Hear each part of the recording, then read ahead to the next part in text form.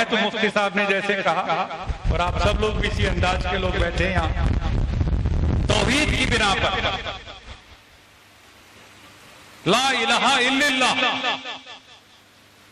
हजारों साल पहले, हजारों लाखों साल पहले वेद में आया और वो बीच में इधर उधर गुम हो गया, गड़बड़ हो गया।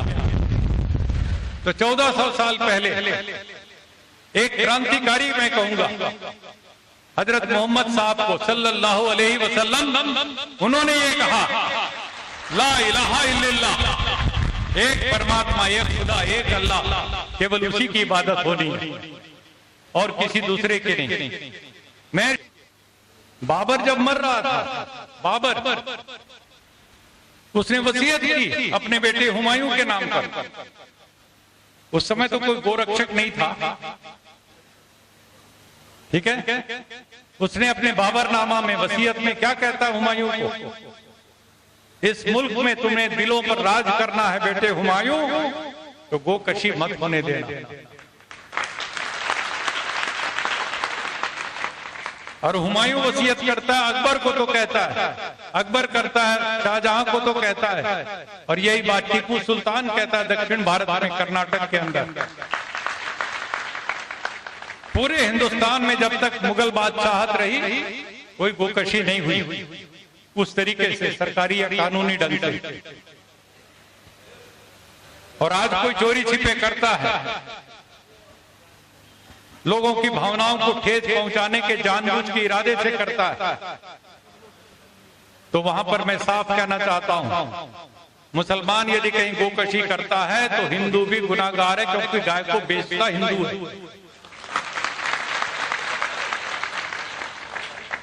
कोई हिंदू है या कोई मुसलमान है, और मुसलमानों को तो जब देश का तकसीम बंटवारा हो रहा था तो कहा गया था तो छोड़ के जाओ पाकिस्तान, वहां डबल मिलेगा तुमको, जितनी जायदाद है इसका डबल मिलेगा, 2 मुरब्बे 4 मुरब्बे मिलेंगे।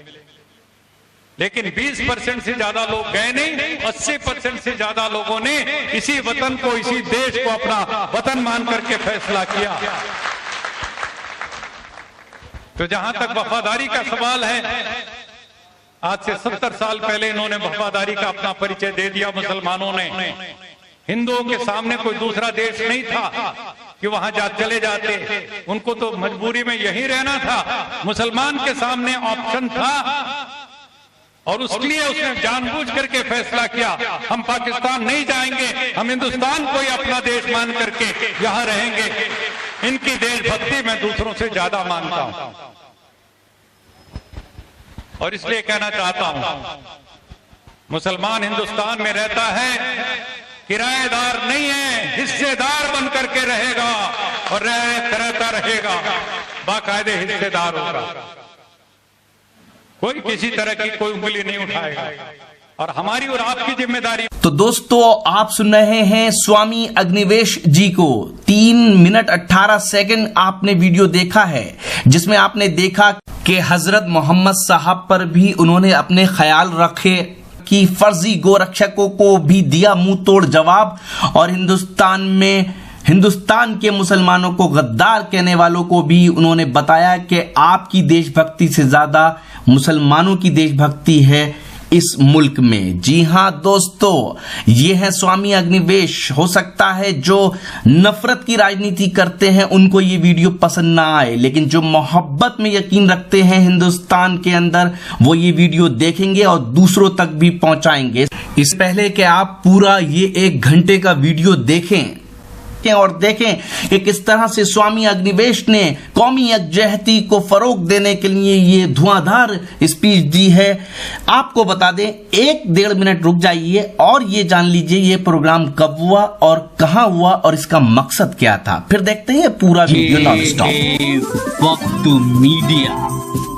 Faridabad industrial council of minorities ने जहां एक और 30/4/2017 को कौमी एकता कॉन्फ्रेंस का आयोजन किया, तो दूसरी ओर एक शानदार ऑल इंडिया मुशायरे का भी आयोजन किया। इस कौमी एकता कॉन्फ्रेंस के आयोजन का क्या मकसद था, ये बता रहे हैं Faridabad industrial council of minorities के प्रेसिडेंट वसी मिर्जा साहब। सुनिए उन्हें। ये प्रोग्राम कराने का हमारा मंशा जो था, हिंदू मुस्लिम सिख ईसाई एकता जो आज इस देश में माहौल है, उसको ये है कि हम लोग सब मिलजुल के रहें, पूरे हिंदुस्तान में भी ऐसे अमन चैन रहे और जैसे लोग मिलजुल के ऐसे प्रोग्राम करते रहें, किसी एक समाज पे ये तकलीफ ना आए जो एक समाज महसूस करके लाचार महसूस करे। तो इन सब ने, सारे समाज वालों ने आके जो एक समाज को जो अपने को कमजोर महसूस करता था, एकजुटता पर आकर एक प्लेटफॉर्म पे आके उनको जो साधना दी है, जो हिम्मत बढ़ाई है, ये बहुत अच्छा कदम है। और इंशाल्लाह ये हमारी फीकॉम जो है, फरीदाबाद इंडस्ट्रियल काउंसिल माइनॉरिटीज, आगे भी ऐसे प्रोग्राम करती रहेगी। Faridabad industrial council of minorities के प्रेसिडेंट वसी मिर्जा साहब अपनी पूरी टीम का शुक्रिया अदा करते हैं जिन्होंने इस प्रोग्राम को कामयाब बनाने में उनका सपोर्ट किया। आइए देखते हैं अब मुशायरे का वीडियो।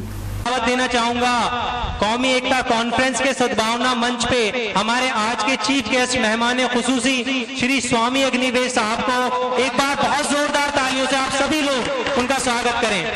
श्री स्वामी अग्निवेश साहब हिंदुस्तान के जाने माने, एक बार खड़े हो जाए, स्टैंडिंग ओवेशन चाहूंगा आप सभी लोगों को।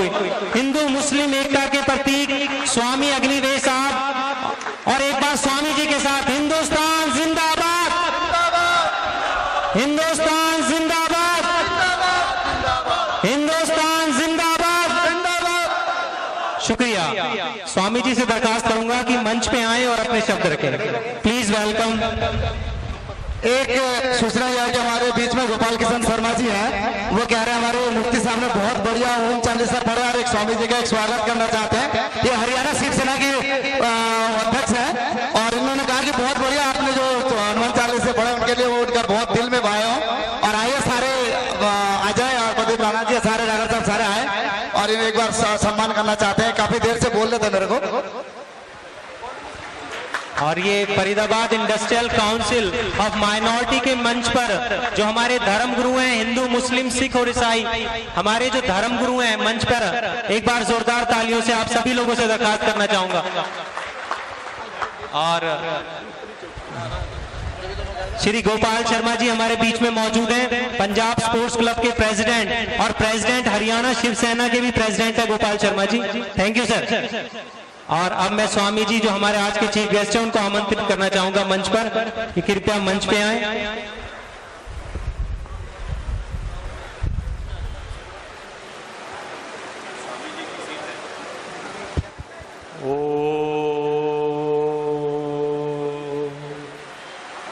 बिस्मिल्लाहिर्रहमानिर्रहीम।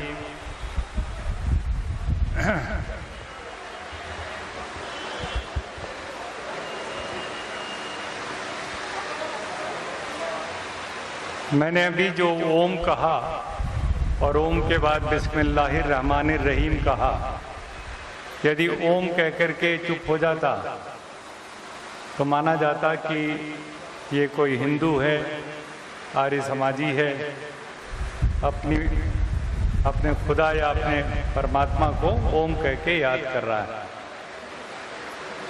और यदि मैं केवल बिस्मिल्लाहिर्रहमानिर्रहीम कहता तो लोग सोचते ये भगवे कपड़े में कोई मौलाना खड़ा हो गया, मुफ्ती खड़ा हो गया।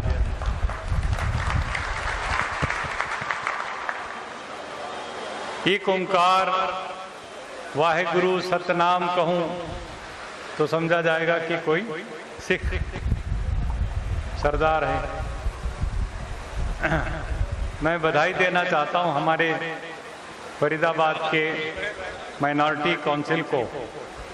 उन्होंने एक बहुत ही सुंदर आगाज किया इस पूरे इलाके के लिए, बल्कि पूरे हिंदुस्तान के लिए, पूरे हिंदुस्तान की, इस देश के मुस्तकबिल के लिए, इस देश के सुंदर भविष्य के लिए।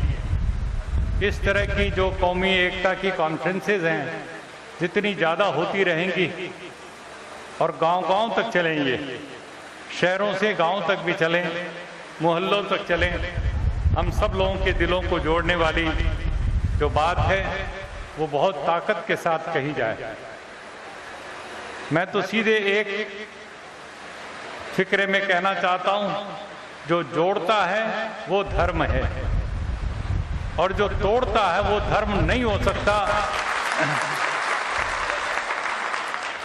जोड़ने वाले को ही हम धार्मिक कहेंगे, तोड़ने वालों को हम धार्मिक नहीं कहेंगे, चाहे वो किसी को अपने आप को कितने बड़े धर्म का ठेकेदार बताएं। आज मुझे बहुत सालों के बाद मौका मिला हमारे इस फरीदाबाद के पत्थर खदानों के इस इलाके में, जहां हम 1980-81 में मैं हरियाणा में शिक्षा मंत्री था, तो फरीदाबाद के मजदूरों के ऊपर गोली चली और उस समय 10-12 मजदूर मार दिए गए।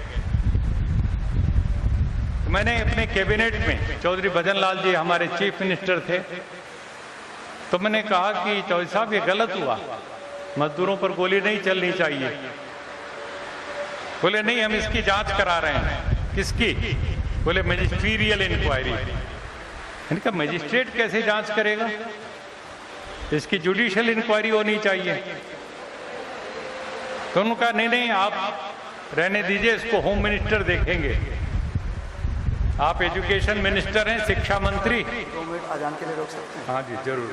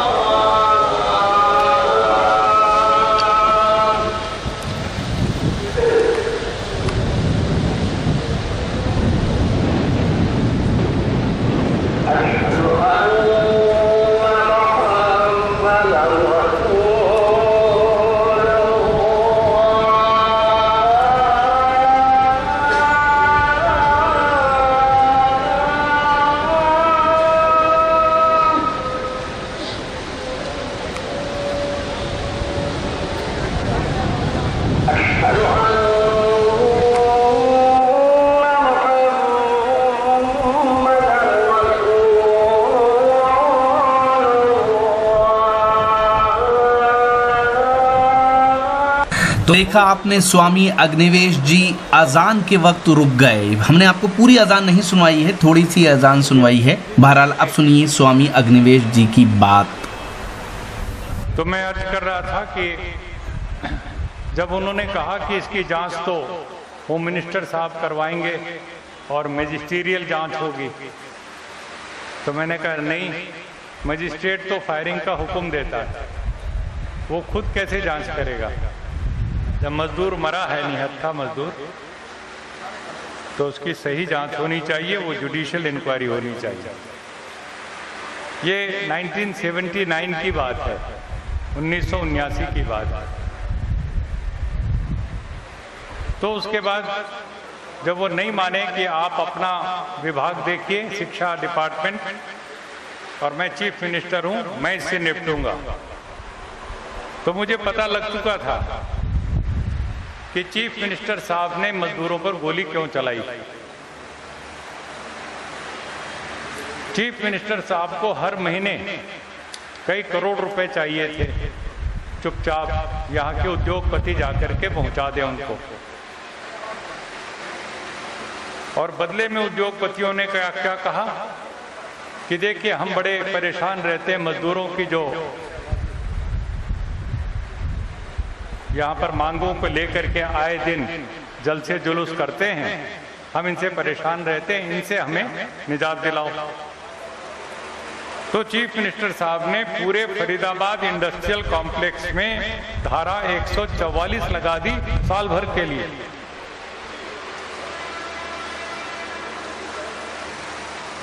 बेचारे गेट मीटिंग भी नहीं कर सकते, जुलूस भी नहीं निकाल सकते। तो एस्कॉर्ट की जो यूनियन थी उसमें मेरे नौजवान साथी सुभाष सेठी उसके प्रेसिडेंट थे। वो मेरे पास आए, स्वामी जी आप मिनिस्टर हैं और हम लोग जुलूस भी नहीं निकाल सकते। मैंने कहा सुभाष आराम से निकालो, शांतिपूर्वक, कोई भी तोड़फोड़ नहीं होनी चाहिए। बोले ठीक है।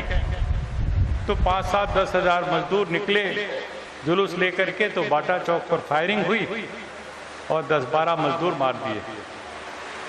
और जब मैंने कहा इसकी जुडिशियल इंक्वायरी करो तो उन्होंने मना कर दिया। तो मैं चंडीगढ़ से उठ कर के आया, कैबिनेट मीटिंग से बीच में छोड़ के, और हरियाणा भवन दिल्ली में प्रेस कॉन्फ्रेंस करके मैंने डिमांड की कि इसकी जुडिशियल इंक्वायरी होनी चाहिए। अब जैसे ही खबर छपी तहलका मच गया पार्टी के अंदर, सरकार में, कि कैबिनेट मिनिस्टर खुद जांच की मांग कर रहा है। तो मुझे कहा गया आपको इस्तीफा देना होगा। मैंने कहा मैं तैयार हूं इस्तीफा देने के लिए।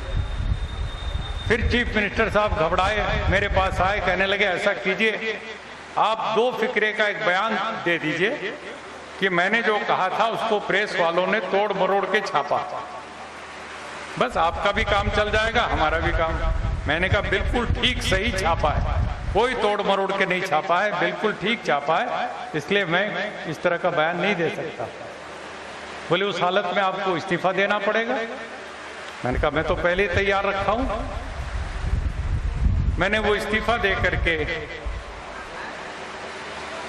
और सीधे फरीदाबाद की पत्थर खदानों में आया, जहां पर हमने ये गुरुकुल के इंद्रप्रस्थ के चारों तरफ के झुग्गी झोपड़ियों में गरीब से गरीब मजदूरों को, उसमें हिंदू भी, मुसलमान भी, सिख भी, ईसाई, सब तरह के मजदूर, और बेचारों का निर्मम शोषण होता था, बंधुआ मजदूरी कराई जाती थी। तो फिर वो लड़ाई हमने 1980 से जनवरी से शुरू कर दी और बंधुआ मुक्ति मोर्चा बनाया। तो इस लड़ाई को यूएनओ तक ले गए। सुप्रीम कोर्ट का मेरे वकील मित्र जो बैठे हैं यहाँ पर, हमारा केस पढ़ाया जाता है LLB में, बंधुआ मुक्ति मोर्चा बनाम भारत सरकार और अन्य, LLB में।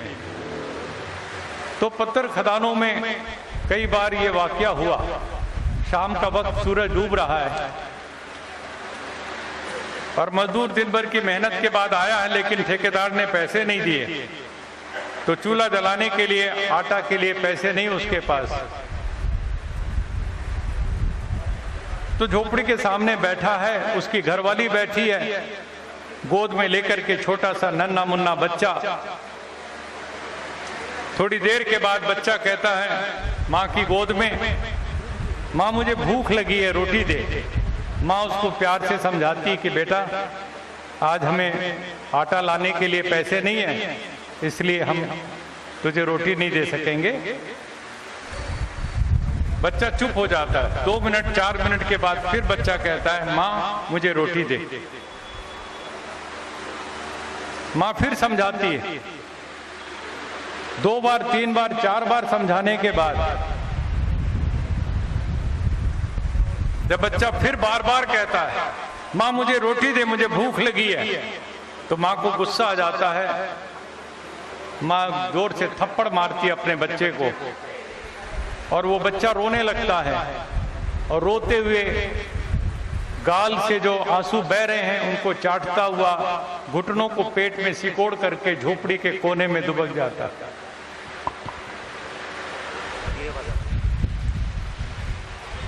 सुबह उठता है तो अपनी माँ से पूछता है कि माँ मैं रोटी मांगता हूं, तू मुझे थप्पड़ क्यों मारती?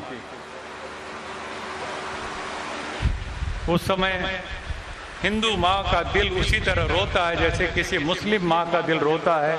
वहां मंदिर मस्जिद के झगड़े नहीं होते।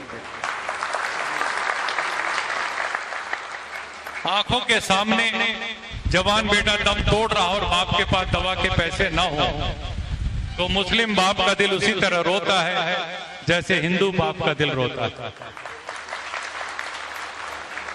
ये हमारी इंसानी एकता है। और इसीलिए अभी आदरणीय मुफ्ती साहब जो बात कह रहे थे कि सबसे बड़ा मजहब हमारा इंसानियत का और कौमी एकता की बात करने वालों, मैं आप सबसे कहूंगा, ये मेरे हाथ में नहीं था कि मैं हिंदू के घर में पैदा हूं कि मुसलमान के घर पैदा हूं। मैं पैदा हो गया जिस घर में दक्षिण भारत के श्रीकाकुलम आंध्र प्रदेश के उस इलाके में तेलुगु मेरी जुबान, आज से लगभग 69-80 साल पहले तो उन्होंने मुझे बताया कि मैं हिंदू, मैंने मान लिया मैं हिंदू, मेरे हाथ में तो नहीं था। उन्होंने कहा तुम ब्राह्मण, हम ब्राह्मण हैं, उनका मैं मान लिया ब्राह्मण है। अब जो चीज मेरे हाथ में नहीं है वो चीज मेरे ऊपर डाल दी जाए तब मैं उसको लेकर के किस बात की लड़ाई लड़ूं। जब मैं आर्य समाज के संपर्क में आया, महर्षि दयानंद की विचारधारा पढ़ी, तब मुझे समझ में आया कि परमात्मा एक है। ऋग्वेद में आया एकम सत विप्रा बहुधा वदंती, परमात्मा एक है और विद्वान लोग उसको अलग अलग नामों से पुकारते हैं। आप उसी परमात्मा को ईश्वर कहिए, भगवान कहिए, खुदा कहिए, गॉड कहिए, अल्लाह कहिए, वाहिगुरु कहिए, वो भगवान बदल नहीं जाता। अल्लाह कहने से मुसलमानों का भगवान और ईश्वर कहने से हिंदुओं का भगवान, ये बात गलत है। हम सबको परमात्मा पैदा करता है। मुझे बताइए, आप लोग समझदार बैठे हुए हैं, हिंदू मुसलमान बना के पैदा करता है या इंसान पैदा करता है? बोलिए। मुझे तो मोहम्मद रफी का गाना बहुत अच्छा लगता है। क्या है वो गाना?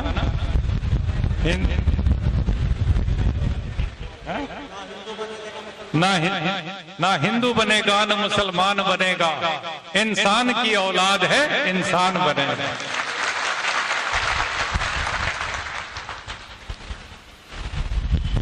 तो आज मैं बहुत खुश हूं, हमारे बहुत अच्छे सब लोग आए हैं, पूरे इलाके के नामी सब हमारे नेता साथी। आफ्ताब आलम जी के साथ मैंने कुछ काम भी किया।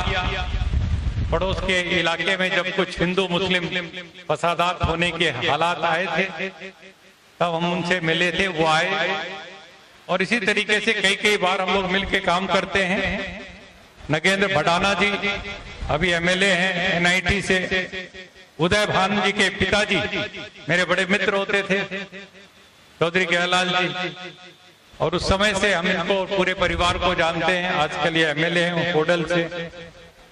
हमारे ललित नागर जी तिगांव से, और तिगांव में हमारे पंडित देवीराम जी, हम उनको एमएलए बनाना चाह रहे थे। ललित नागर जी और फिर नगेंद्र भडाना जी, अब्दुल गफ्फार कुरैशी जी, और ये तमाम शख्सियत जितने बैठे हैं, और हमारे सिख समाज के भूपेंद्र सिंह जी, फादर साहब जो आए हैं, मसीह साहब, मैं सबका खैर मकदम करता हूं, सबका स्वागत करता हूं, आप सबका स्वागत करता हूं।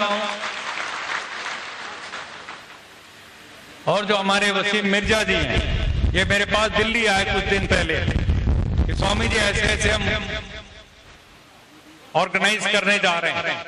हालांकि मेरा बड़ा मुश्किल था, मुझे आज शाम को ही जाना था पटना।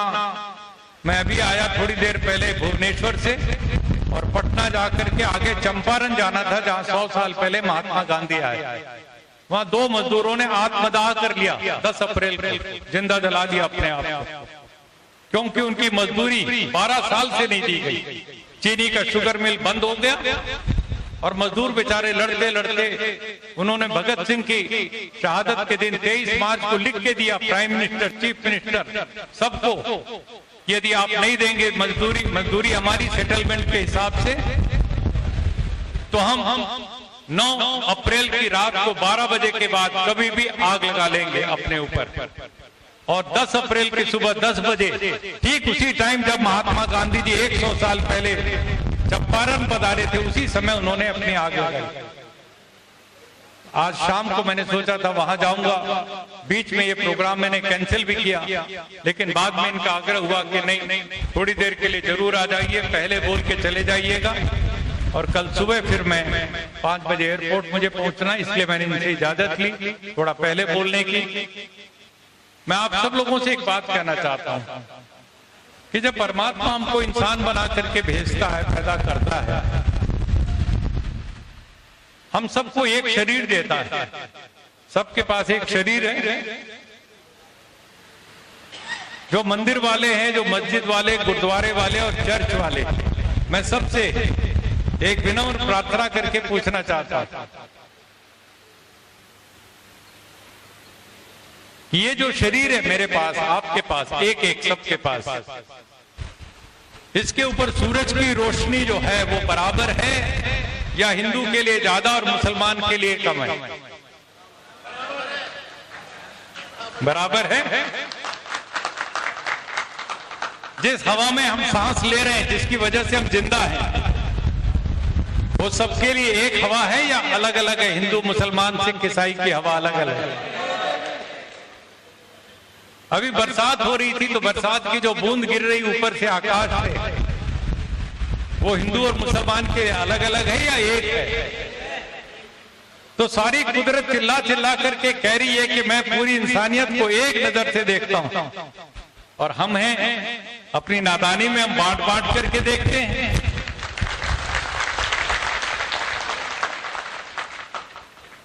ये जो शरीर है हमारा, इसकी कीमत कितनी है? आपके पास, सबके पास एक एक शरीर है, जिंदा शरीर, कितनी कीमत है इसकी?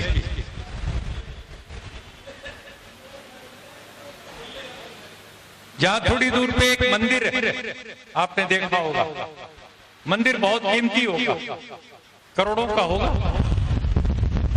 वो करोड़ों का मंदिर ज्यादा कीमती है या आपका एक शरीर ज्यादा कीमती है? बोलो। और इस एक मंदिर की बात मैं ये करा, दुनिया के सारे मंदिर इकट्ठे कर लीजिए, दुनिया के कीमती से कीमती मंदिर, और मुकाबले पर आपका एक शरीर, कौन ज्यादा कीमती है? समझ में आ गई बात? और मंदिर और मस्जिद और गुरुद्वारे और चर्च दुनिया भर के इकट्ठे कर लीजिए, दुनिया भर के, और आपका एक शरीर, कौन ज्यादा कीमती है? शरीर। क्यों है?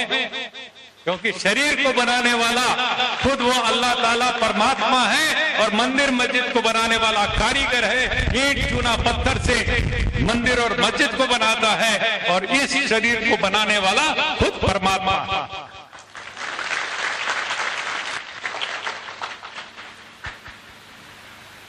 उस मंदिर में मैं बीड़ी पी करके डाल दूंगा, टुकड़ा डाल दिया, टुकड़ा सिगरेट का टुकड़ा, तो मंदिर क्या हो जाएगा? अपवित्र हो जाएगा, होगा कि नहीं? और इस मंदिर में मैं बीड़ी के कट्टे, सिगरेट के पैकेट डाल दूंगा, बोलो।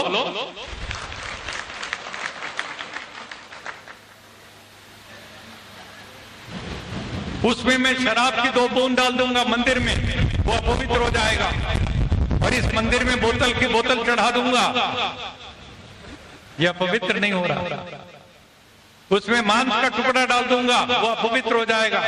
यहाँ साबत बकरा और भैंसा निकल जाऊंगा, यह अपवित्र नहीं हो रहा।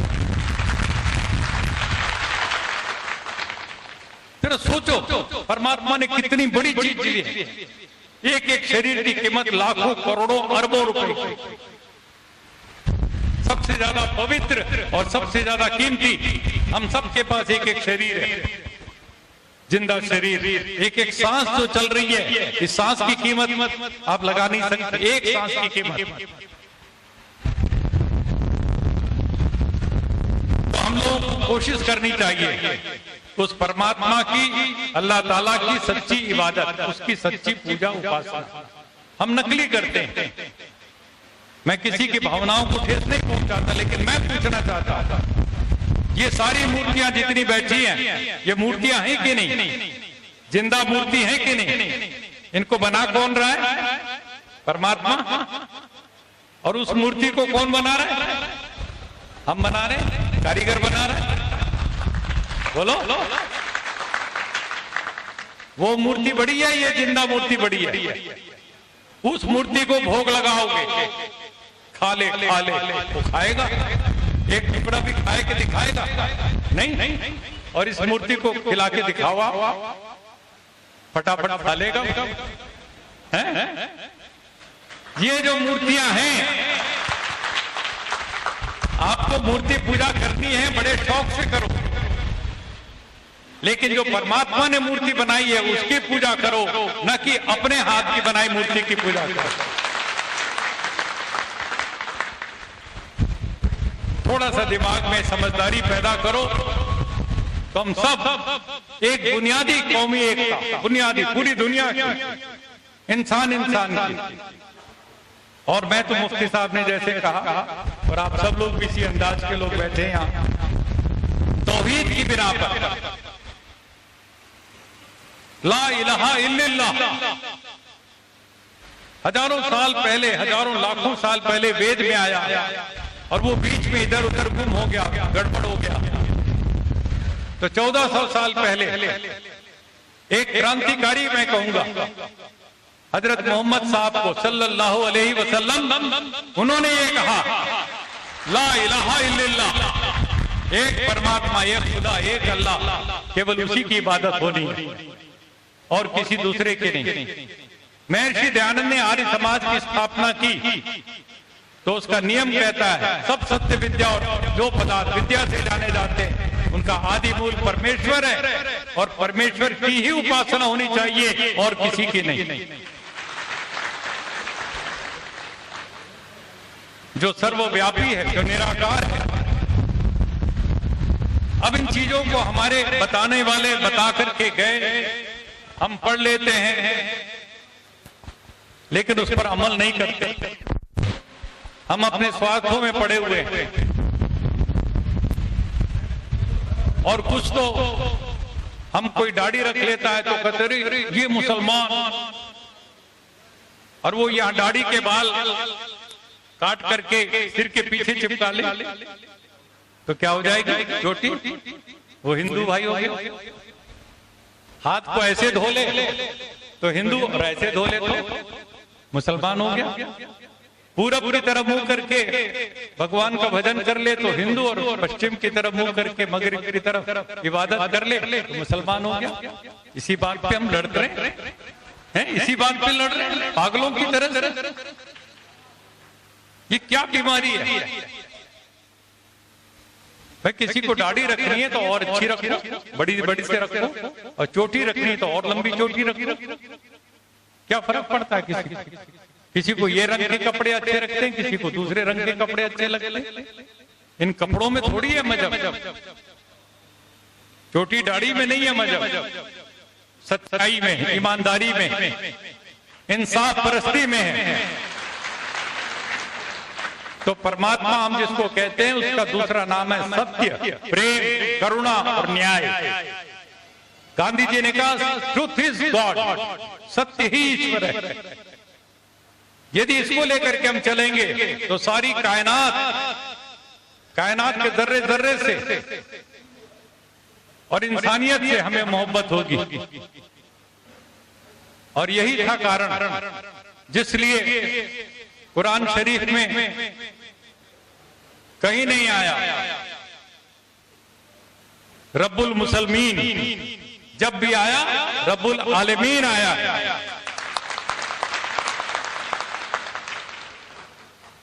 पूरे आलम का एक रब, पूरे कायनात का एक ईश्वर।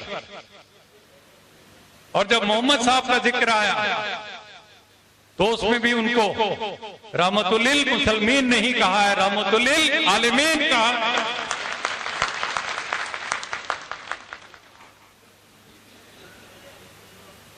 अब इन चीजों को हम जानते समझते हैं, लेकिन हमारे व्यवहार में कहीं न कहीं कुछ न कुछ छोटी मोटी ऐसी दरार होती है जिसको कोई चालाक आदमी हमको बीच में फाड़ने की कोशिश करता है, छोटी छोटी बातों के ऊपर हमें लड़ा दिया जाता है, हम लड़ पड़ते हैं। गौकशी का मामला, मैं सीधे बात पे आना चाहता हूं। पहलू खां को मार दिया बहरोड में। वो गाय खरीद करके ला रहा था जयपुर से, बाकायदे उसके पास रसीद थी, दिखा रहा है चिल्ला चिल्ला करके कि मैं खरीद के लाया हूं भैया। नू का रहने वाला नहीं, पकड़ के मार दिया। अब कुछ दिन पहले प्रधानमंत्री नरेंद्र मोदी बोल चुके सारे देश के सामने कि ऐसे गोरक्षक हैं, ये गोरक्षक नहीं है, ये कोई उल्टे गलत लोग हैं। बोल चुके थे कि नहीं? और फिर भी वो गोरक्षक वहां दंदन आ रहे। अब ये जो सारी चीजें सियासत के नाम पर या गंदी सियासत के नाम पर चलती है, ये हमें बांटती है, तोड़ती है। अब गाय की रक्षा होनी चाहिए, जैसे मुफ्ती साहब बता रहे थे, हम सब जानते हैं इस्लाम के हिसाब से गाय का दूध सफा दवाई है और गाय का गोश्त बीमारी है। और आज की बात छोड़ दीजिए, बाबर जब मर रहा था, बाबर उसने वसीयत की अपने बेटे हुमायूं के नाम पर। उस समय तो कोई गोरक्षक नहीं था, ठीक है। उसने अपने बाबरनामा में वसीयत में क्या कहता है हुमायूं को, इस मुल्क में तुम्हें दिलों पर राज करना है बेटे हुमायूं, तो गोकशी मत होने देना। और हुमायूं वसीयत करता है, अकबर को तो कहता है, अकबर करता है, शाहजहां को तो कहता है, और यही बात टीपू सुल्तान कहता है दक्षिण भारत में, कर्नाटक के अंदर।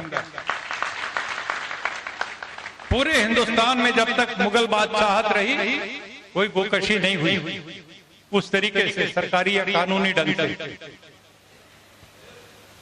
और आज कोई चोरी छिपे करता है, लोगों की भावनाओं को ठेस पहुंचाने के जानबूझ के इरादे से करता है, तो वहां पर मैं साफ कहना चाहता हूं, मुसलमान यदि कहीं गोकशी करता है तो हिंदू भी गुनाहगार है, क्योंकि गाय को बेचता हिंदू है।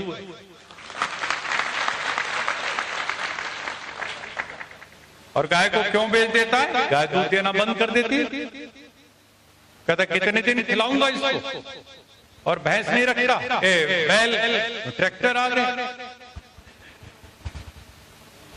चुपचाप से चोरी छिपे बेचेगा, चोरी छिपे वो बेचेगा, चोरी छिपे कोई काटेगा। तो परसेप्शन ये बना दिया जाता है कि मुसलमान गोकशी करता है, ये बिल्कुल गलत है। सबके सब हम सब जिम्मेदार हैं यदि गोकशी हो रही है तो। हम सबको अपने गुरेबा में झांक करके सोचना चाहिए कि जो गाय और बैल दूध या जोतने के काम नहीं आएगा तो उसको कोई किसान कितने दिन खिलाएगा। आजकल तो अपने बूढ़े माँ बाप को भी लोग वृंदावन में और कहीं छोड़ के आ जाते हैं।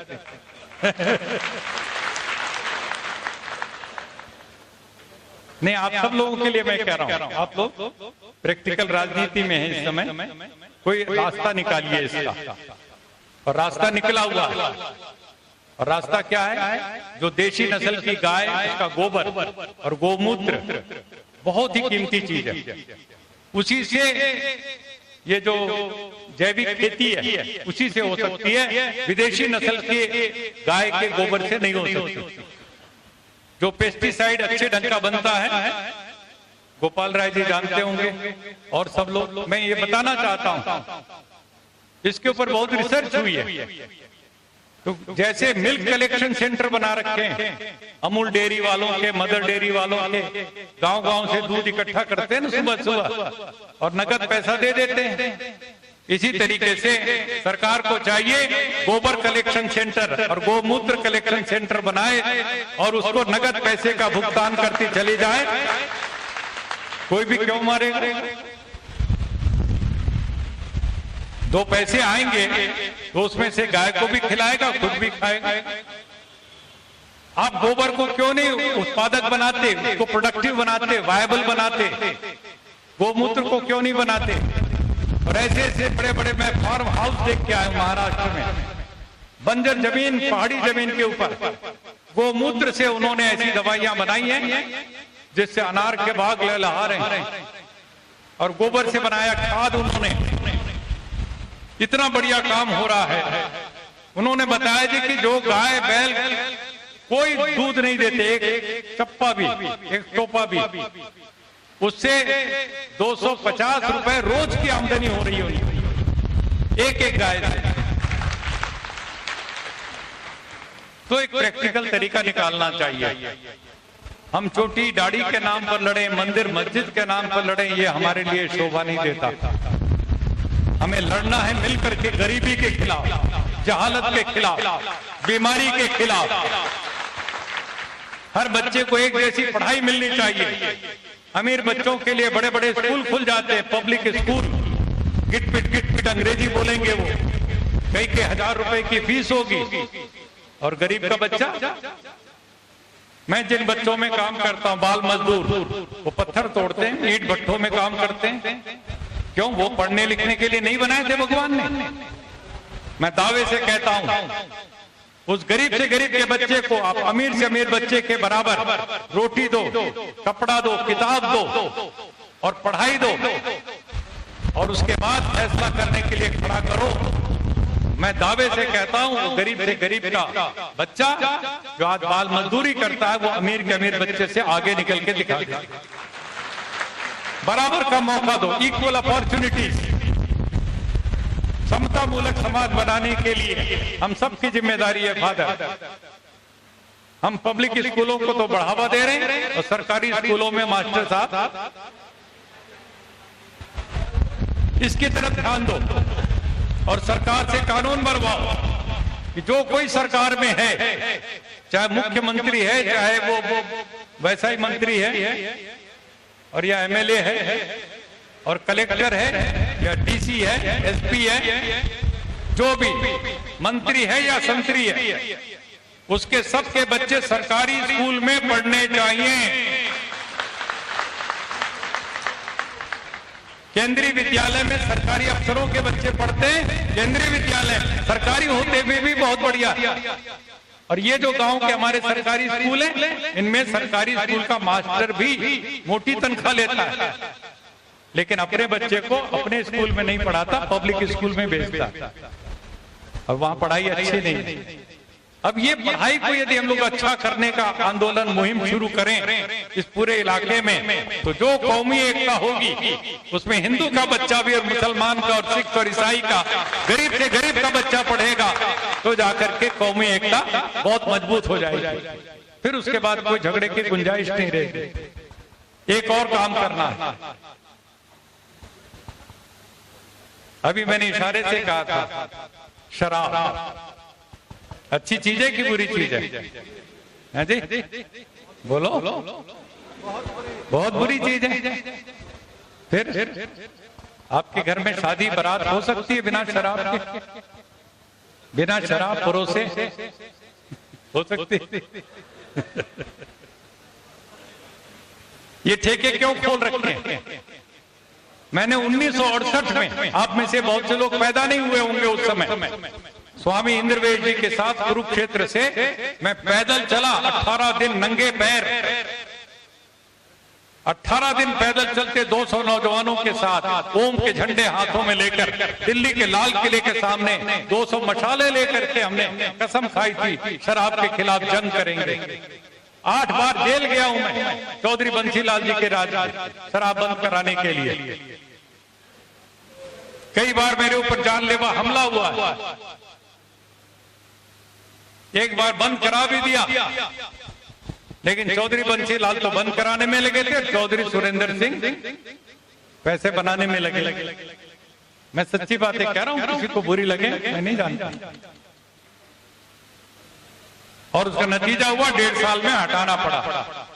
आंध्र में बंद कराया, यहाँ मुख्यमंत्री का बेटा लगा था गड़बड़ करने में, वहां एनटी रामाराव का दामाद लगा था गड़बड़ करने में, चंद्रबाबू नायडू, और उसने हटवा दिया 1.5 साल के बाद। अब हम हिंदुस्तान भर में चाहते हैं पूरे मुल्क में शराब बंद होनी चाहिए।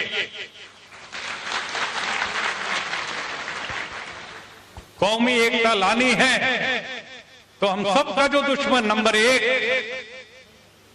जिसको इस्लाम कहता है केवल बुराई नहीं, सारी बुराइयों की जड़ उम्मुल खबाइस उम्मुल खबाइश कहता है शराब को। सारी बुराइयों की जड़ शराब है। उसी से एक्सीडेंट हो रहे हैं, मर रहे हैं लोग। उसी से बीमार होकर के लीवर किडनी सड़ करके मर रहे हैं लोग। उसी की वजह से और बलात्कार और हत्या जैसे अपराध हो रहे हैं। आप जाकर के बिहार में देखिए, नीतीश कुमार ने बंद किया 1 साल पहले, 1 अप्रैल से पिछले साल। और इस साल वो कह रहे हैं, लोग कह रहे थे तुम्हारा नुकसान हो जाएगा खजाने में 4,500 करोड़ 5,000 करोड़ का नुकसान होगा, घाटा। वो 1 साल के बाद छाती ठोक के कह रहा है मेरा कोई नुकसान नहीं हुआ, मेरे 4,500 करोड़ तो गए, लोगों के 10,000 करोड़ रुपए बच गए, 10,000 करोड़ रुपए बच गए। लोगों की सेहत अच्छी हो गई, घर में सुखी शांति आ गई, परिवार अच्छा चल रहा है, लोग ज्यादा मेहनत मजदूरी कर रहे हैं, तो सब खुशहाल है। उन्होंने बुलाया, हाथ से हाथ मिला के मानव श्रृंखला करनी है पूरे बिहार में, तो वर्ल्ड रिकॉर्ड टूट गया। 4 करोड़ लोगों ने सैटेलाइट की पिक्चर लेनी पड़ी, पूरे बिहार में मानव श्रृंखला बना करके दिखाया। उसमें हिंदू मुसलमान सब इकट्ठे थे और सबको सुकून मिल रहा है शराब के बंद होने से। तो मैं आपको ठोस प्रोग्राम देके जा रहा हूं, क्योंकि मैं भी कह दो हिंदू मुस्लिम भाई भाई, कोई 2-4 शेरों शायरी सुना सकता हूं। मुझे तो वो याद आते हैं हमारे शहीदाने वतन, सबसे पहली कोटि के जो शहीद हुए, एक आर्य समाजी नौजवान, उसका नाम पंडित राम प्रसाद बिस्मिल, और उसका सगे भाई से ज्यादा प्यार करने वाला दोस्त, दोनों को एक दिन फांसी हुई, उसका नाम अशफाकुल्लाह खां। शाहजहांपुर उत्तर प्रदेश में आर्य समाज के एक कमरे में दोनों रहते थे, एक थाली में दोनों खाना खाते थे, और एक ही दिन अंग्रेजों ने उनको 1927 में फांसी के फंदे पे लटकाया, एक ही दिन। और मरने से पहले उन्होंने अपनी इबारत लिखी, मुल्क के नाम वसीयत किया और कहा तुम सोच रहे होंगे कि हम क्यों मरने जा रहे हैं इस तरह से, हम भी आराम उठा सकते थे घर पे रहकर, हमको भी माँ बाप ने पाला था दुख सह सह कर, वक्त रुखसत उन्हें इतना भी ना आया कहकर, आंख से आंसू जो टपके बहकर, तिफल उनको ही समझ लेना जी बहलाने को।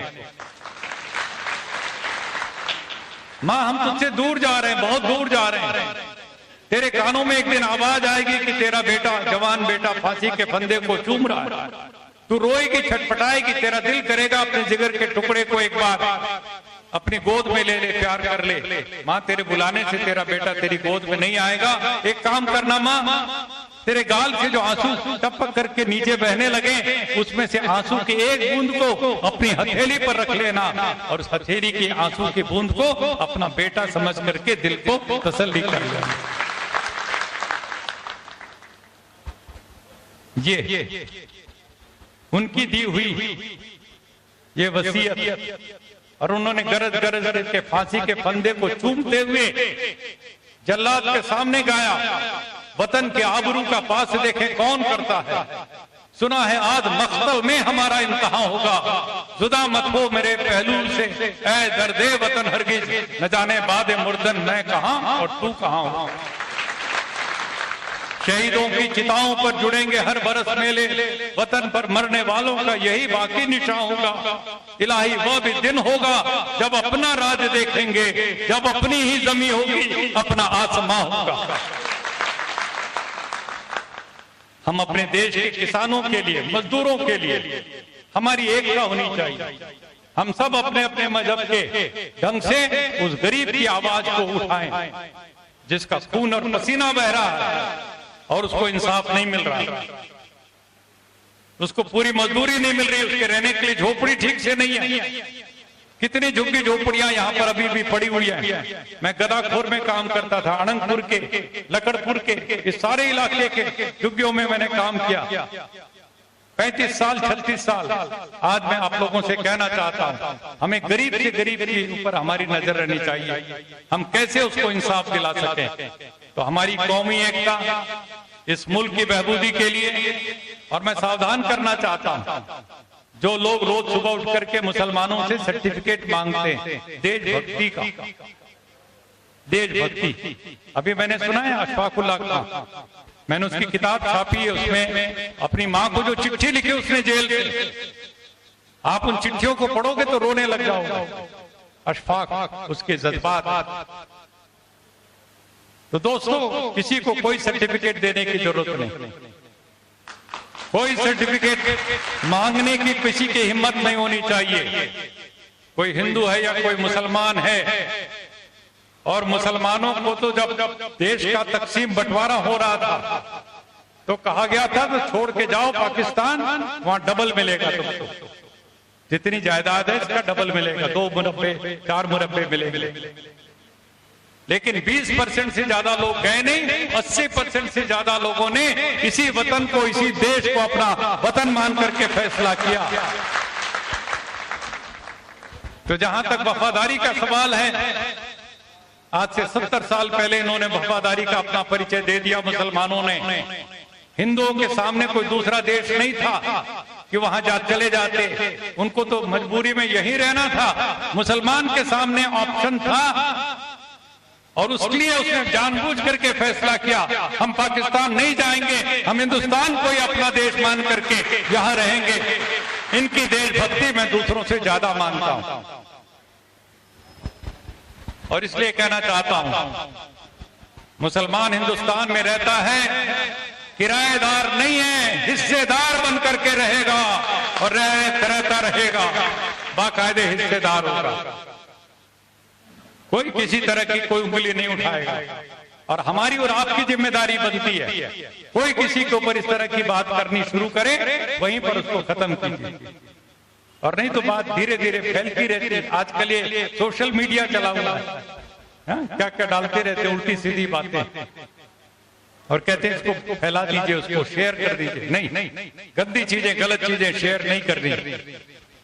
तो मैंने आपका वक्त लिया, इतनी बातें कही। आगे चल करके हमें एक बेहतर देश बनाना है, समाज बनाना है, दुनिया बनानी है, और उसकी तैयारी करने के लिए हम लोगों को एक बहुत जबरदस्त, एक तो शराब बंद कराने के लिए पूरे हरियाणा में शराब बंद होनी चाहिए कि नहीं, बोलो कैसे होगी?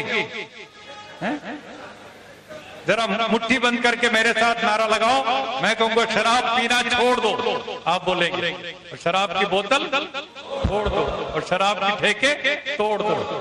शराब पीना छोड़ दो, धीरे धीरे बोल रहे हो, कैसे? जोर से बोलो, शराब पीना, शराब की बोतल और शराब के ठेके, और शराब पिलाए जो सरकार, वो सरकार निकम्मी है। जो सरकार निकम्मी है वो सरकार बदलनी है, हमें नहीं रहने देनी। हम सभी सरकारों से, गुजरात में आजादी से लेके आज तक कोई शराब नहीं। अभी तो आप लोग सारे जितने बैठे हो ना, मर्द ही मर्द बैठे हो। एक खवातीन आई थी, वो भी चली गई बेचारी, है ना। आप लोगों को जल्द से ऐसे करो तो हमारी बहनों को भी जरूर बुलाया करो, बराबरी का दर्जा दो। आजकल जमाना बराबरी का है, सब मिलकर के आगे ले जाएंगे। मैं इन्हीं शब्दों से मैं आप सबका बहुत बहुत शुक्रिया अदा करता हूं। इस तरह के प्रोग्राम कीजिए, और मेरे जैसे, मैं तो फकीर आदमी हूं और कोई है नहीं मेरे आगे पीछे, और मैंने कहा शराब की बोतल तोड़ दो, शराब के ठेके तोड़ दो, और कल सुबह आपने कुछ शुरू कर दिया प्रोग्राम, तो पुलिस आएगी आपको पकड़ने के लिए, तो आपको कहना भाई हम अपनी तरफ से नहीं करे। एक बाबा जी आया था, उसने कहा था पहले पकड़ना है उसको, जाके पकड़ो। मैं तैयार हूं, तो मेरे आगे पीछे कोई है ही नहीं, घर गृहस्थी बनाई नहीं, बीवी बच्चे हैं नहीं, तो हम तो जेल में भी रहते हैं, तो कहते हैं हमारा पता ठिकाना नोट करो, जेल में, रेल में या धक्का पेल में, हमारा तो घर पार है नहीं। तो हम आपके साथ हैं, समाज को बदलो, अच्छा बनाओ, ये है कौमी एकता का एक तरीका, और उससे जाकर के जो बहबूदी होगी, जो तरक्की आएगी, डेवलपमेंट, सबका साथ, सबका विकास, तब उसमें मायने होगा। वरना अमीरों की बड़ी बड़ी कोठियां बनती जा रही हैं और गरीब के लिए झोपड़ी भी नहीं है, कैसे हो गई? एक कन पर सोने के तार खींचे और एक कन पर सूत का तार नहीं, एक तन पर सोने के तार खींचे और एक तन पर सूत का तार नहीं, इसलिए बगावत करते हैं, यह न्याय हमें स्वीकार नहीं।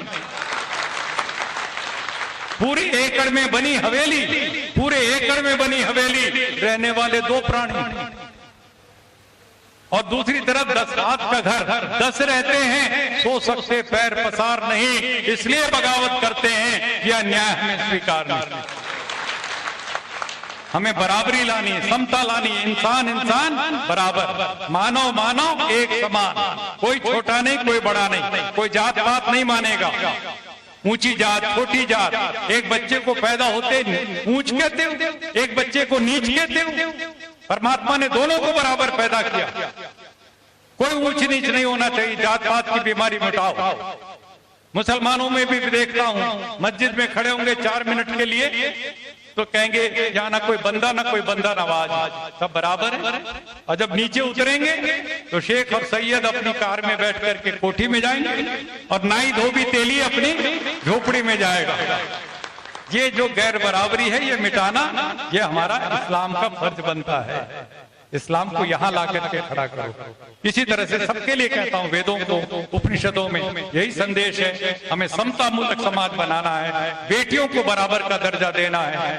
कोई बेटी बिना पढ़ाई लिखाई के उसको इतना ही उत्साह दो जितना बेटे को देते हो। और जब से आप लोगों ने देखा बेटियों को पढ़ाना लिखाना, आपकी बेटियां बेटों से आगे निकल करके दिखा रही। ये परमात्मा ने उनके अंदर ये सब दिया है गुण। आइए हम लोग इस तरह की एकता के सम्मेलन बड़े बड़े कीजिए। वसीम भाई कहाँ है? हाँ, मैं आपके साथ हूँ, जहाँ कहीं भी कहेंगे, और मैं पूरा टाइम लगा करके और पूरे इलाके में हम लोग चलेंगे। और बहुत बहुत खुशी हुई। Thank you very much. Thank you sir. हमारे बीच में हमारे देश के जाने माने सामाजिक कार्यकर्ता स्वामी अग्निवेश जी मौजूद थे, और मैं फीकॉम की सभी टीम से, फीकॉम के सभी मेंबर से रिक्वेस्ट करना चाहूंगा कि जल्दी से स्टेज पे आ जाएं। हमारे मेहमान खुसूसी और गेस्ट ऑफ ऑनर को मोमेंटो देके हम स्वागत करें, क्योंकि वक्त का तकाजा है, मौसम भी बिगड़ा हुआ है। कुछ मेहमान हमारे विदा लेना चाहते हैं, तो उससे पहले हम सभी मिलकर, फीकॉम के सभी मेंबर से मेरी रिक्वेस्ट है कि मोमेंटो होकर उनका स्वागत करें।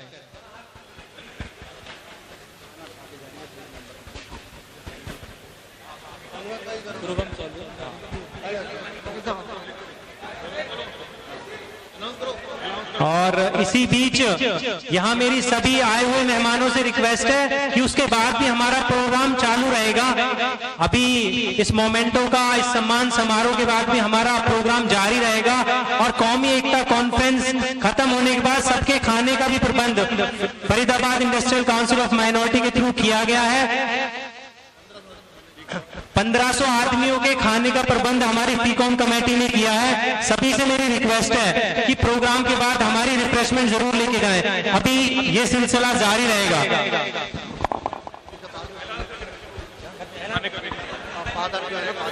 और इस कौमी एकता कॉन्फ्रेंस के बाद फीकॉम की कमेटी के थ्रू एक कुल हिंद मुशायरे का भी आयोजन किया गया है। मैं आए हुए सभी मेहमानों को बताना चाहता हूं, जैसा ही हमारा कौमी एकता कॉन्फ्रेंस का प्रोग्राम खत्म होगा, उसके आधे घंटे के बाद हम कौमी कुल हिंद मुशायरा इंशाल्लाह शुरू करेंगे।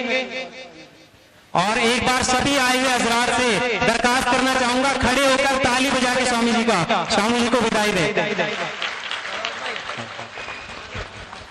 सभी जो भाई यहाँ से अपनी जगह छोड़ रहे हैं, कृपया अपनी जगहों पर बैठ जाएं। अभी कार्यक्रम खत्म नहीं हुआ है। जो भाई अपनी जगह छोड़ रहे हैं, सभी भाइयों को जो खाने का अरेंजमेंट किया गया है वो आपकी सीटों तक पहुंचा दिया जाएगा। और कृपया करके सभी जिम्मेदार साथी हैं, कोई इधर उधर से आया हुआ कोई व्यक्ति तो है नहीं। फरीदाबाद में आयोजित कौमी एकता कॉन्फ्रेंस का ये वीडियो आपको कैसा लगा हमें बताइएगा। अगर आप मुशायरे या कोई और प्रोग्राम कवर कराना चाहते हैं तो हमसे कांटेक्ट कीजिए। 9997640286 हमारा कांटेक्ट नंबर है। यही हमारा व्हाट्सएप नंबर। मैं शफीक खान, वक्त मीडिया के लिए।